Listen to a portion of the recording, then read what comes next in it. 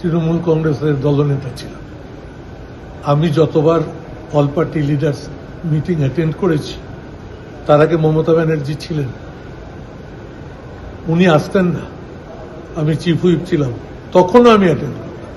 আমি প্রথমেই কথাগুলো বক্তব্যের মধ্যে বলেছি, আমার থেকে বেশিবার leader of the parties meeting এই দেশে কেউ অ্যাটেন্ড করেনি, এখানে যারা আছেন তারা তো নয়। কিন্তু আমি প্রথম দেখলাম যে একটা অল পার্টি লিডার্স মিটিং থেকে একটা ওয়াক আউট হয়। তাও আমি ভাবছিলাম যে পার্মানেন্টলি বেরিয়ে গেল, কিন্তু পরে দেখলাম 1.5 মিনিটের মাথাতেই আবার ঢুকে পড়ল। सुदीप बंदोपाध्याय जी ने कह दिया कि 12वीं लोकसभा से 8वीं तक वो इस मीटिंग में आ रहे हैं ऑल पार्टी। ये कभी भी नहीं हुआ कि इसको बॉयकॉट करते हैं, इसको वॉकआउट करते हैं, ये शोभा नहीं देता। क्योंकि ऑल पार्टी मीटिंग में हम आगे चल के क्या करेंगे सत्ता में, इसका आलोचना होता है।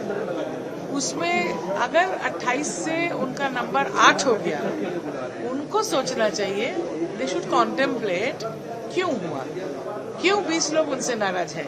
लेकिन वॉकआउट करके उन्होंने ये ठीक नहीं किया, उचित नहीं किया, होता नहीं है डेमोक्रेसी में।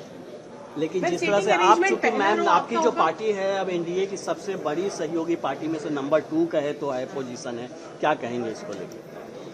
और आज आप लोग की ये मीटिंग कहेंगे सब एक साथ में काम करेंगे देश हित में, देश गठन में।